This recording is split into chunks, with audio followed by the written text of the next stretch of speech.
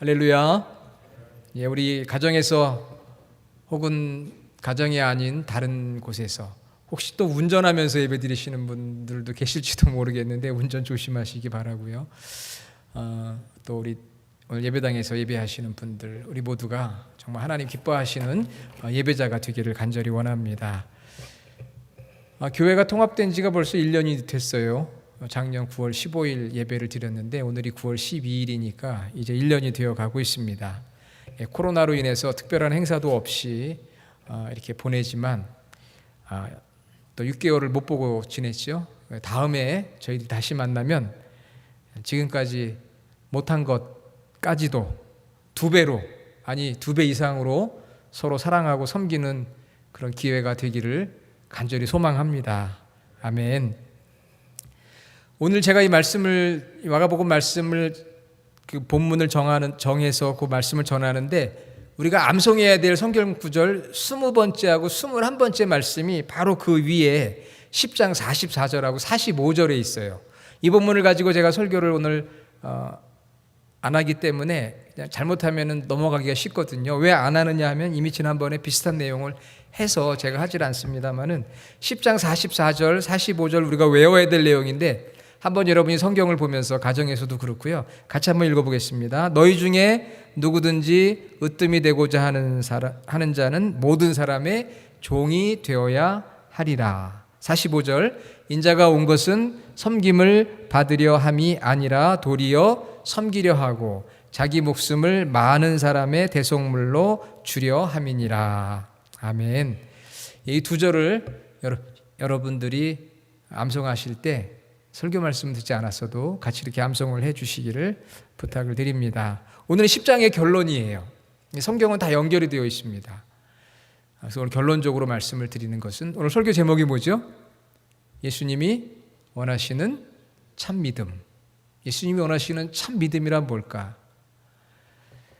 이런 질문을 던지면서 여러분 스스로 한번 생각해 보시기 바랍니다. 예수님이 원하시는 참 믿음이란 어떤 믿음일까? 아마 참 많은 이야기를 할 수 있을 것 같아요. 예수님이 원하시는 그런 참 믿음에 대해서. 그렇죠? 근데 오늘 본문을 통해서 예수님이 원하시는 참 믿음이 뭘까?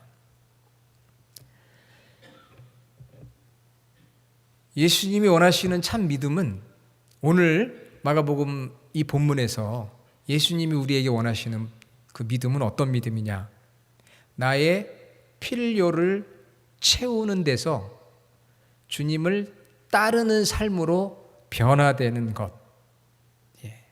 나의 필요를, 나의 니드, 나의 필요를 채우는 그 삶에서 주님을 따르는 삶으로 변화되는 것이 주님이 원하시는 오늘 본문의 참 믿음이다. 여러분 다 이해되시죠? 나의 니드를 채우는 것, 주님을 통해서 나의 필요를 채우는 그 믿음에서 한 단계 더 앞으로 성장해서 주님을 따르는 그러한 믿음의 사람, 이것이 오늘 주님이 원하시는 참 믿음이다 하는 것이죠. 이 바디메오에 대해서는 제가 작년에 한번 설교를 했어요.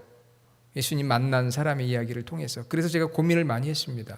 이것도 해야 되나 말아야 되나. 그런데 마가복음 본문에 나오니까 그래도 이 말씀을 전해야 되겠다 하면서 똑같이 할까요? 다르게 할까요? 똑같이 하면 양심이 없는 거죠. 그렇죠? 그래서 이 말씀을 읽으면서 고민을 많이 했어요. 다시 묵상하면서 이 또 묵상하다 보면은 주님께서 또 새로운 그런 말씀을 주세요. 그래서 제가 읽으면서 새로운 걸 또 발견한 거예요. 진리를 발견할 때 그 기쁨이 참 커요. 여러분들 세상에서 어떤 감각적인 그런 쾌락의 기쁨도 있지만 진리를 발견할 때 그 어떤 희열, 기쁨, 이것을 여러분들이 맛보시기를 바랍니다. 진리를 발견할 때 느끼는 그 기쁨.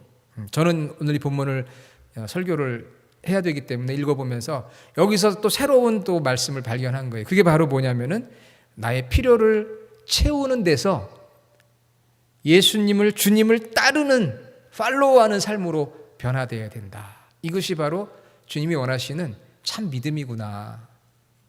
오늘 본문에 보면은 자신의 그 필요, 니드, 그걸 해결하기 위한 한 사람이 나옵니다. 그 사람은 바로 바디메오예요. 오늘 말씀 46절에 그들이 여리고에 이르렀더니 예수님과 제자들과 또 따르는 많은 무리들이 여리고에 이르러서 여리고를 지나 나가실 때가 되었습니다. 46절. 그때 바로 그때 디메오의 아들인 맹인 거지 바디메오가 길가에 앉았다가 예수님을 만나는 장면이 나와요. 자, 누가 예수님을 만나느냐? 바디메오. 바디메오는 앞을 보지 못하고요. 앞을 보지 못하니까 거지였습니다. 이름이 바디메오예요. 마태복음과 누가복음에도 같은 이야기가 나오지만 이름이 기록되어 있는 것은 바로 마가복음인데, 이 바디메오는 그 말 자체가 디메오의 아들이란 뜻이에요. 그러니까 바디메오 하면은 디메오의 아들이라는 것을 당시 유대인들은 쉽게 알 수가 있습니다. 그러나 이 마가복음을 처음에 읽었던 청중들, 성도들은 이방인들이었을 것으로 보거든요. 그러니까 그 사람들이 볼 때 이 바디메오 하면은 이름을 잘 이해를 못할 수가 있죠.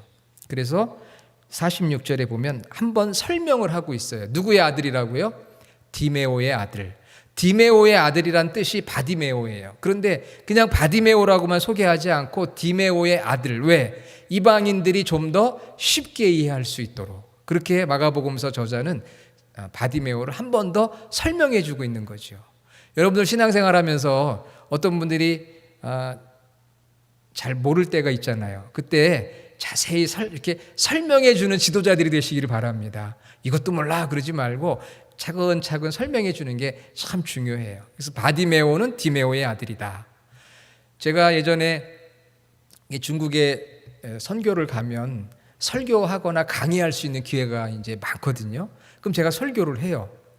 설교하거나 강의를 할 때 제 소개를 먼저 합니다. 저는 이제 누구누구고 어디서 왔고 설명을 하는데 제가 제 이름을 소개를 합니다. 저는 이제 오정택 목사입니다. 이렇게 얘기하면 중국 사람들이 별로 반응이 없어요. 뭐 통역하는 사람이 통역을 하지만 그렇기 때문에 이제 제 이름에 대해서 설명을 하는 거예요. 그래서 이 오정택인데 이 오는 바로 나라오거든요. 한문으로. 한자 문화권이잖아요, 중국이. 그리고 사실 이게 오나라오거든요. 오나라는 그 중국의 한 나라였었잖아요. 그래서 이 오가 오나라오다. 이렇게 얘기하면은 거기 그 중국 사람들이 눈이 또 갑자기 떠지더라고요. 우리랑 비슷한 사람이네 그러면서 정택 이걸 한문으로 정자는 맑을 정자고 택은 못 연못하는 못이죠. 호수 이런 뜻이다. 그러면서 한문을 한번 쫙 칠판에 써줘요. 그러면 막 놀래요. 아니 미국에서 오신 분이 이렇게 한문을 잘 쓰나. 이름을 쫙 써주면서 설명을 하면요 친근감을 느끼는 거예요. 벌써 설교의 은혜가 될까요? 안 될까요? 벌써 반은 받고 들어가는 거죠. 그리고 이 오정택이라는 이름은 중국말로 진짜 그러면은 그냥 사람들이 막 와 대단하다 막 그래요. 미리 다 준비하고 간 거긴 하지만 그렇게 설명을 해주면 쉽게 마음을 열고 복음을 받아들이거든요. 그러니까 디메오의 아들 바디메오라고 설명을 해줌으로 인해서 유대인들만이 아니라 이방인들도 쉽게 이 본문의 주인공이 누구라는 걸 아는 것이죠. 여러분들 누구에게 설명할 때 윽박 지르지 마시고요. 쉽게 이렇게 복음을 설명해 주면 좋겠어요. 그것이 바로 예수님의 방식이고 또 성경의 방식인 거죠. 자, 그런데 이 바디메오가 앞을 보지 못하고 거지였고 여리고에 살고 있었는데 그때 예수님과 제자들과 무리들이 지나가는데 말소리가 들려요. 보지는 못하는데 말소리가 들립니다. 눈을 보지 못하면 다른 기관들이 더 센시티브해진다고 해요. 그래서 들어보니까 사람들이 뭐 나사렛 예수라는 말을 막 하는 거예요. 그 당시 많은 사람들이 예수님을 나사렛 예수, 그거는 사실 예수님에 대해서 그렇게 어떻게 쉽게 말하면 촌놈이다 이런 것과 같아요. 왜? 나사렛은 촌이었기 때문에 좀 예수님을 그렇게 높이는 표현은 아닙니다. 나사렛 예수라고 막 이야기를 하는데 이 바디메오는 그 이야기를 듣고 이분이 내가 바로 소문에 듣던 예수님이구나. 나는 그분을 다윗의 자손으로 알고 있는데 메시아로 알고 있는데 어떻게 그런 믿음이 들어갔는지 몰라요. 하나님의 은혜겠죠. 그래서 사람들은 그 나사렛 예수라고 이렇게 이야기를 막 하고 있는데 갑자기 바디메오가 47절에 보니까 소리를 지르면서 다윗의 자손 예수여 나를 불쌍히 여기소서 이렇게 이야기를 하는 거예요. 다윗의 자손 예수요. 사람들은 나사렛 예수라고 그래요.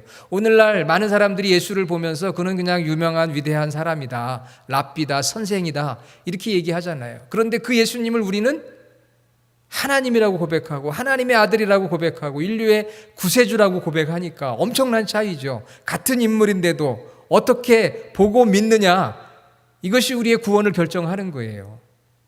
대단한 게 아닙니다. 예수님이 누구냐라고 하는 것에 대한 확실한 신앙의 고백이 있어야 되는 거죠. 그래서 우리 마가복음 1장 시작할 때 하나님의 아들 예수 그리스도 복음의 시작이라고 분명히 선언을 했어요. 우리 예수님은 하나님의 아들이고 그리스도 구원자요 하나님이시다.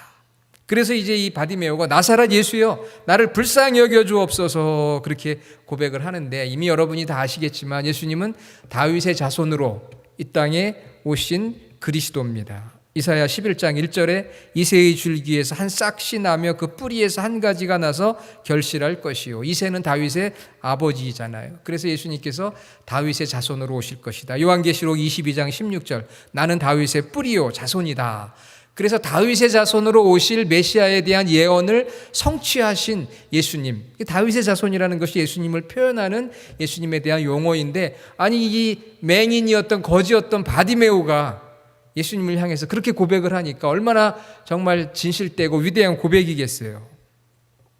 비록 당시에 앞을 보지 못하니까 유대 사회에서는 이렇게 앞을 보지 못하는 또 질병, 가난 이런 걸 하나님의 저주의 결과라고 생각을 했거든요. 그러니까 그 바디메오를 보는 사람들마다 아유 저 저주받은 놈 이렇게 생각을 했던 거예요. 그러니까 자기 자신에 대해서 얼마나 자존감이 떨어지고 나는 불행한 사람이다, 나는 희망이 없다, 나는 무능하다 이런 생각을 했던 사람이 바디메오였는데, 예수라는 분이 치유자, 구원자 또 말씀을 전하는 자로 오셨다는 것을 소문을 듣고 알게 되었고 만나고 싶은 마음이 있었는데, 정말 하나님 은혜죠. 자기가 살고 있는 지역을 지나가게 되었으니까. 여러분 은혜는 어디서나 있어요. 그 은혜를 잘 발견하고 은혜에 응답하는 게 믿음이에요. 오늘 여러분 이 예배에 또 가정에 이 주일 예배를 통해서 하나님의 은혜가 임하고 있거든요. 그때 우리가 마음을 열어야 돼요. 마음을 여는 것이 바로 이 믿음의 그릇을 준비해야 돼요. 어떤 사람은 이 그릇을 뒤집어 놔요. 그러니까 아무리 은혜가 내려도 받을 수가 없어요. 비가 오는데 대야를 뒤집어 놓으면 물을 받을 수가 없는 것 같습니다. 마음을 열고 하나님 오늘도 제 마음속에 풍성한 은혜를 주십시오. 제가 믿음의 그릇을 준비하겠습니다. 하나님의 은혜에 필요한 것은 바로 믿음의 그릇인 거예요. 이 바디메오가 그 예수님에 대한 다윗의 자손 그리스도라고 하는 그런 고백과 믿음을 갖게 되었던 것이죠. 사람들은 비난하고 조롱했지만 그 예수님을 만나고 싶은 그런 마음, 이게 믿음의 시작이었어요. 나의 필요 때문에 앞을 보지 못하니까 이 문제를 해결해야 되겠다고 하는 그 필요 때문에 예수님을 만나고 싶었고요. 예수님께서 나의 눈을 고쳐주실 분이라는 확신을 가진 거예요. 왜? 지금까지 예수님이 그런 일들을 고치셨다고 그랬잖아요. 가전고의 사역, 힐링의 사역을 했으니까 소문을 듣고 내 문제, 이 필요를 해결해 줄 분은 바로 예수님이다. 그런 믿음을 갖게 된 거죠. 문제가 해결되고 필요가 채워지기를 원했어요. 이것이 믿음의 출발점이긴 합니다. 우리 필요를 해결하기 위한 거. 여러분이 한번 여러분 스스로 한번 잘 생각해 보세요.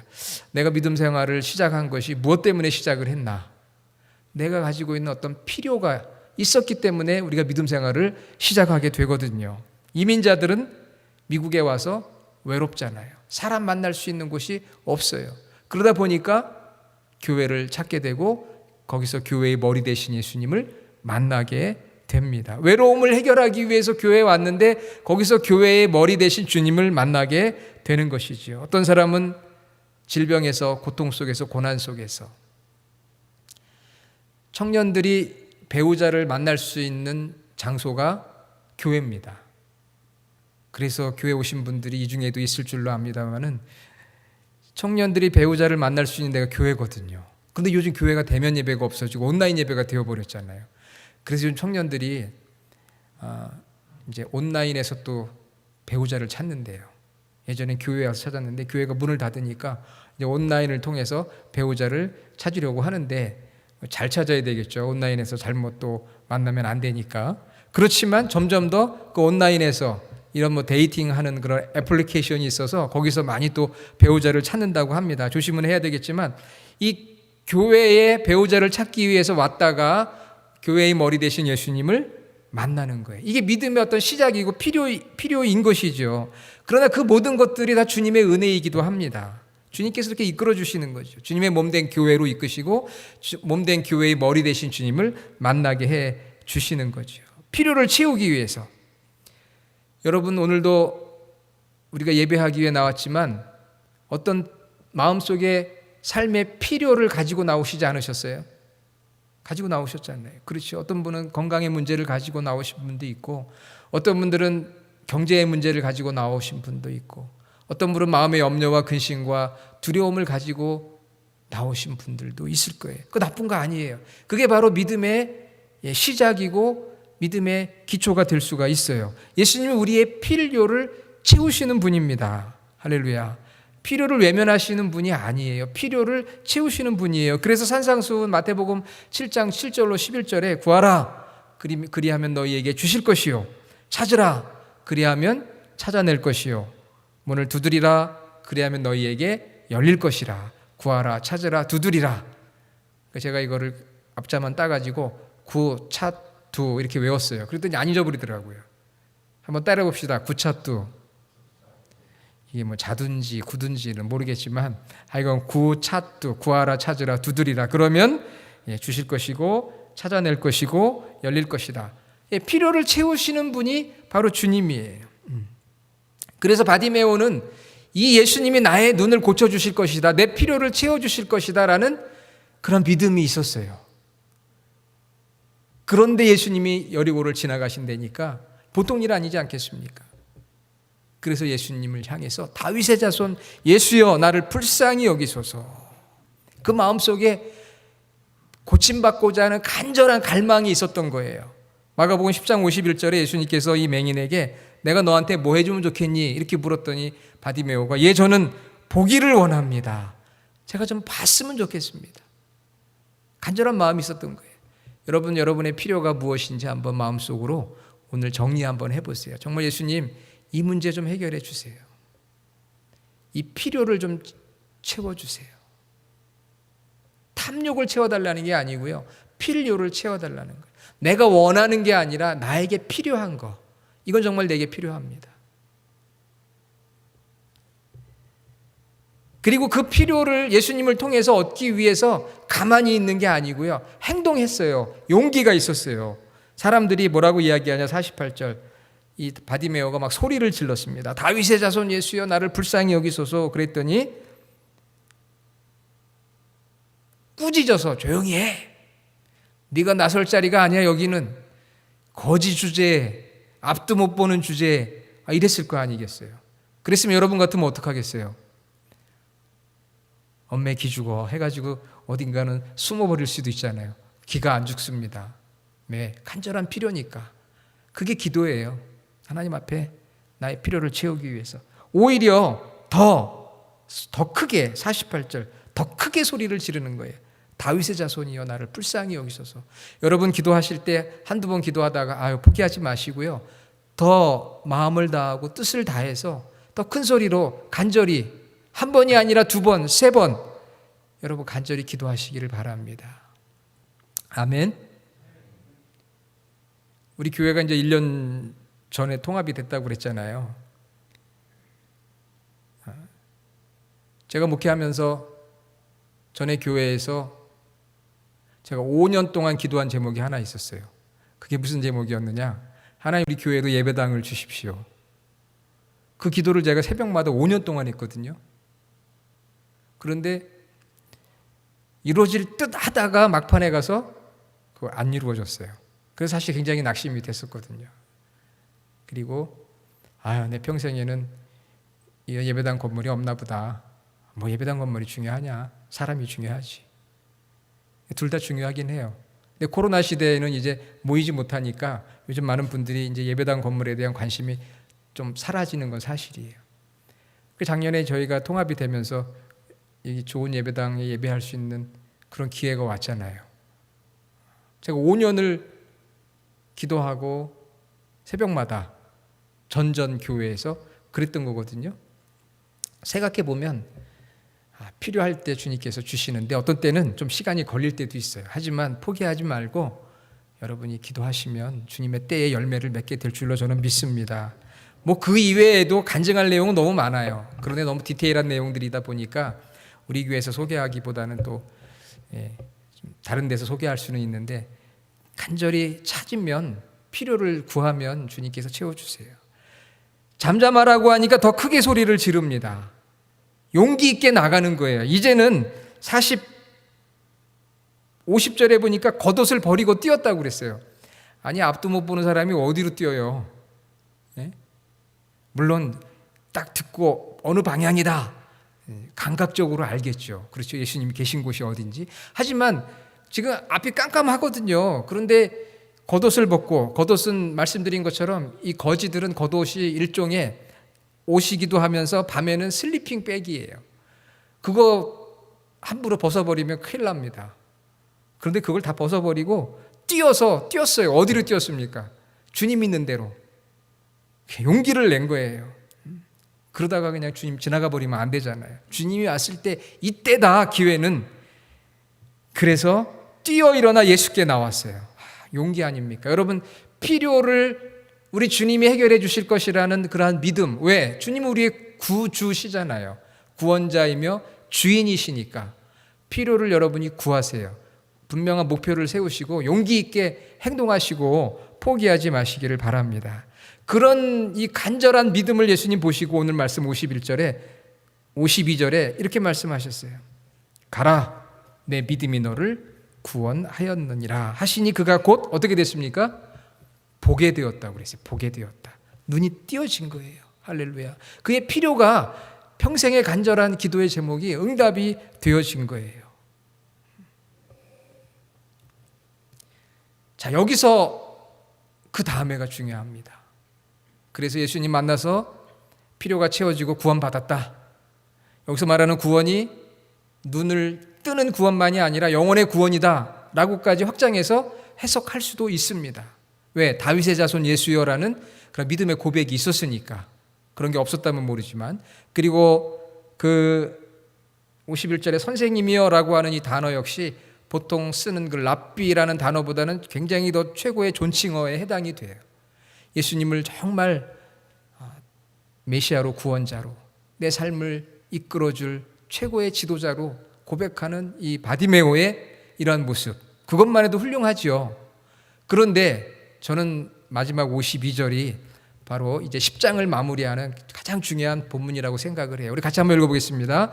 예수께서 이르시되 가라, 내 믿음이 너를 구원하였느니라 하시니 그가 곧 보게 되어 예수를 길에서 따르니라. 필요가 채워졌어요. 자, 예수님께서 뭐라고 이야기했습니까? 그 사람을 치유하면서 가라 그랬어요. 가라. Go. 가라. 내 믿음이 너를 구원하였으니까 이제 너는 보게 될 것이야. 그리고 이제는 거지 생활 청산해도 될 거야. 그런 의미들이 거기에 담겨져 있지 않겠습니까? 가라. Go. 그런데 바디메오가 어떻게 했어요? 안 갔어요. 이게 저는 굉장히 중요한 오늘 본문의 핵심이라고 여겨집니다. 가라. 됐다. 네 필요가 채워지지 않았느냐? 아닙니다, 주님. 이제부터는 제가 주님을 따르겠습니다. 제가 주님을 따르겠습니다. 제가 주님을 팔로우 하겠습니다. 그렇게 바디메오가 결단을 하고 주님을 따르는 장면이 나와요. 가라는데 안 가는 거예요. 여러분 같으면 어떡하겠어요?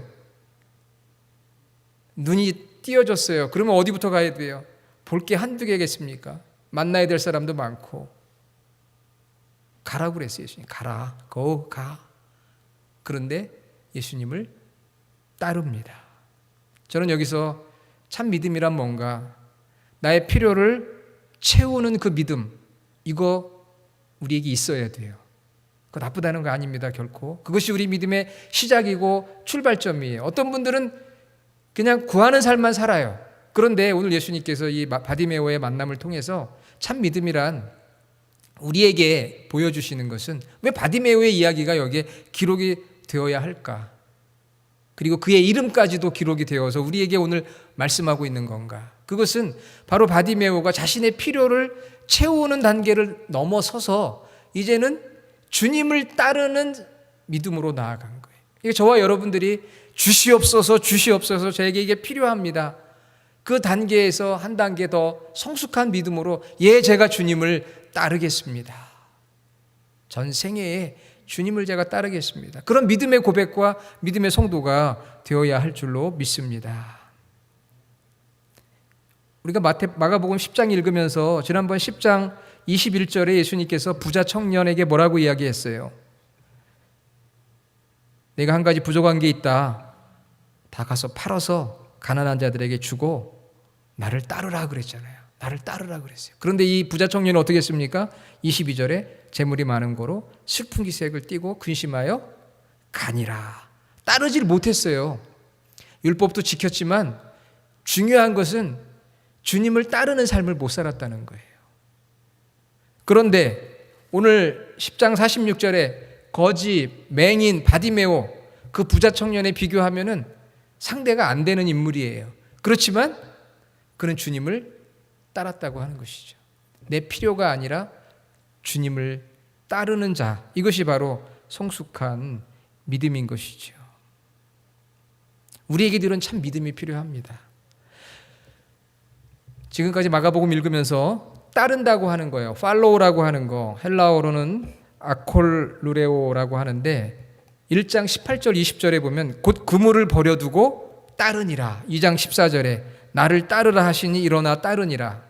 마태가, 레위가 예수님을 따랐고요. 8장 34절 누구든지 나를 따라오려거든, 나를 자꾸 팔로우하라고 그래. 따라오려거든 자기를 부인하고 자기 십자가를 지고 나를 따를 것이니라. 조금 아까 말씀드린 10장 21절에 그 부자 청년 관원에게 이야기하는데 못 따라왔죠. 그리고 지난주에 28절에 보면은 베드로가 우리가 모든 걸 버리고 주를 따랐습니다, 이런 고백을 해요. 따랐습니다. 오늘 이 거지 바디메오가 예수를 길에서 따르니라. 따른다고 하는 것은요, 주님이라고 하는 그분에게 내가 인격적으로 충성하는 거예요. 주님께 충성하는 것입니다. 그리고 주님의 말씀에 순종하는 것이 바로 따르는 거예요.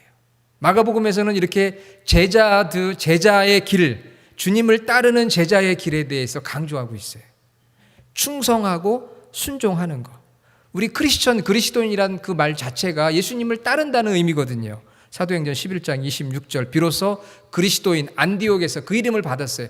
크리스천이라고 하는 것은 예수님을 따르는 사람들인데, 예수님을 따른다는 것은 예수님께 충성하면서 예수님에게 인격적으로 그분에게 그 존재, 예수님께 내가 충성을 바치는 거예요. 그리고 예수님의 말씀, 그 안에 가르침이 있죠. 예수님의 말씀에 순종하는 자가 바로 예수님을 따르는 거예요. 그러니까 내 필요를 채우는 것에서 내가 예수님께 충성하고 예수님께 순종하는 믿음으로 나아가는 것이 참 믿음인데, 왜 우리가 그렇게 예수님을 따라야 됩니까? 왜 예수님을 따라야 돼요? 내 필요만 채우면 되지. 얼마 전에 제가 잠깐 시간이 있어서 TV를 보는데요, 그 새로운 TV 프로그램이 생겼나 봐요. 무슨 인터뷰하는 프로그램이었어요. 근데 거기에 첫 번 등장하는 사람이 어떤 사람이었느냐면은 젊은 무당이었습니다. 젊은 무당이에요.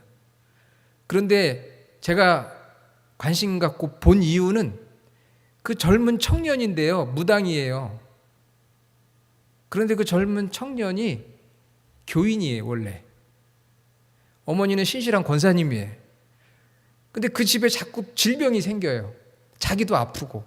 왜 그런가 봤더니 신내림을 받아야지만 병이 나을 수 있대요. 그걸 무병이라고 그러죠. 그래서 신내림을 받아가지고 무당이 된 거예요. 무당이 되고 나니까 자기 몸도 괜찮아지고 자기 어머니도 아팠는데 뭐 좀 좋아진 것 같고 뭐 그런 이야기를 막 하더라고요. 귀신도 사탄도 사람을 이렇게 뭔가 낫게 할 수도 있습니다. 귀신의 능력도 있어요. 귀신의 능력이 사람의 필요를 채워주기도 합니다. 그러나 그것으로 끝나는 거예요. 눈에 보이는 것만 잘 되게 하려고 그 길을 가고 있는 젊은 청년이 참 안타깝더라고요. 그 엄마와 대화하는 장면까지 나오는데 제가 그걸 보면서 그랬어요. 그런 생각이 들었어요. 우리 삶이 단순히 오늘날 내가 먹고 사는 것 이것만 해결하는 삶인가? 만일 그렇다면은 뭐 무당도 오케이. 그런데 우리 삶이란 단순히 먹고 마시는 것으로 끝나는 삶이 아니잖아요. 왜 우리가 예수님을 따라야 되느냐? 그 차원이 다른 거예요. 왜 다르냐면 예수님께서 요한복음 14장 6절에 나는 내가 곧 길이요 진리요 생명이라고 그랬어요. 아멘. 우리가 왜 예수님을 따라야 돼요? 이유가 있어야 될 거 아니에요. 왜 신내림을 받고 귀신을 따르느냐? 내가 병 나려고. 그 이상은 아무것도 없어요. 내 사업이 잘 되려고. 그 이상은 없어요. 병 낫고 사업 잘 되고 자녀들 좋은 대학 가는 거. 그래서 내가 가서 무당을 만나고 그러는 거거든요. 그 이상은 아무것도 없습니다. 자신의 그냥 탐욕을 채우는 거. 그게 바로 여러 종교들의 모습일 수가 있어요. 그런데 예수님은 나는 내가 곧 길이고 진리고 생명이라고 했거든요. 바로 하나님께로 가는 예수님이 구원의 길이에요. 그리고 예수님은 우리 삶의 바로 진리예요. 그리고 그분은 현세와 내세를 연결시키는 영원한 생명이거든요. 이런 길과 진리와 생명 되신 예수님, 내가 곧 길이요 진리요 생명이라고 하시고 그것을 위해서 십자가에서 자기를 내어주시고 부활하신 주님을 믿는다고 하는 이 믿음이 얼마나 소중한 믿음입니까? 어디 무당하고 비교를 할 수가 있겠어요?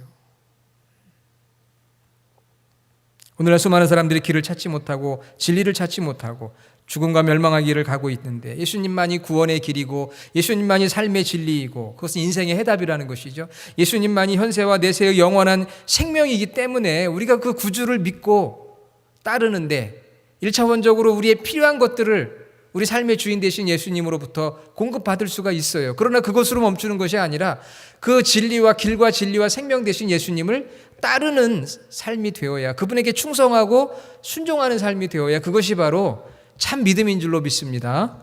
아멘. 2005년도에 타임지가 선정한 세계에서 가장 영향력 있는 사람 중에 한 분으로 소개된 당시 영국 성공의 사제였던 존 스타트라는 분이 있었어요. 존 스타트. 그분은 지난 2011년에 소천을 했는데요. 그분이 이제 하나님 부름받기 1년 전에 자그마한 책을 썼어요. 제자도라는 책을 썼습니다. 보신 분들도 계실 텐데 그 위대한 복음주의 목회자요. 세계에서 가장 영향력 있는 인물 중에 한 사람인 그분이 마지막 하나님 부름받기 1년 전에 쓴 제자도라는 책에서 예수님의 제자란 어떤 사람인가 그렇게 설명하고 있거든요.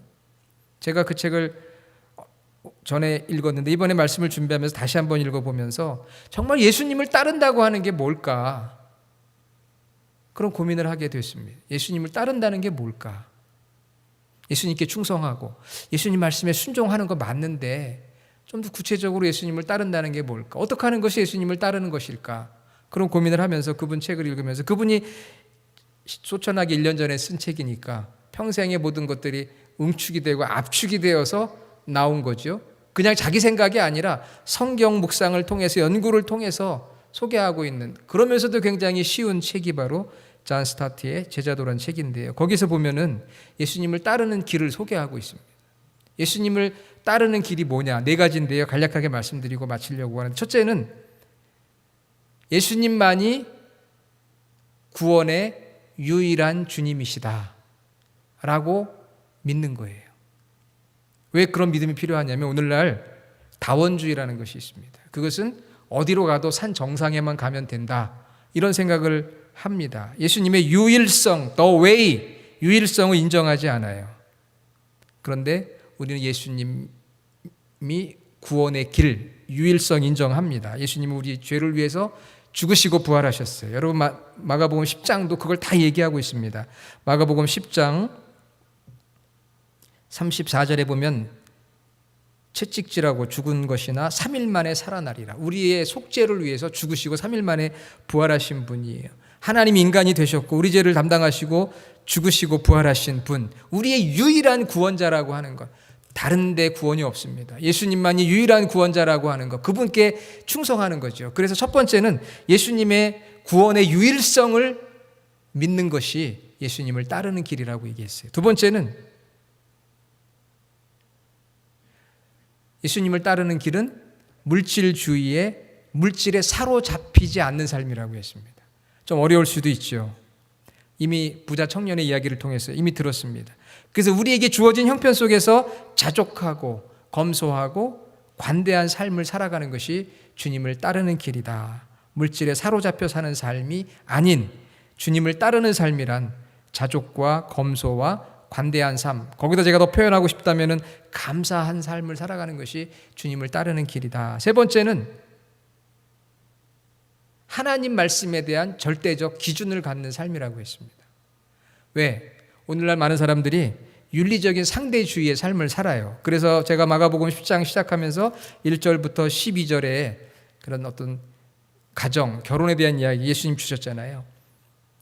요즘에는 그냥 다 오케이예요. I'm okay, you are okay, 다 오케이, 다 좋아. 그런데 우리는 그게 아닙니다. 예수님을 따르는 삶이라는 하나님의 말씀만 오케이인 거예요. 이게 절대적인 기준인. 그래서 주님을 따르는 사람은 하나님 말씀만이 기준입니다. 그렇게 따르는 삶이 바로 예수님을 따르는 삶이고요. 마지막 네 번째는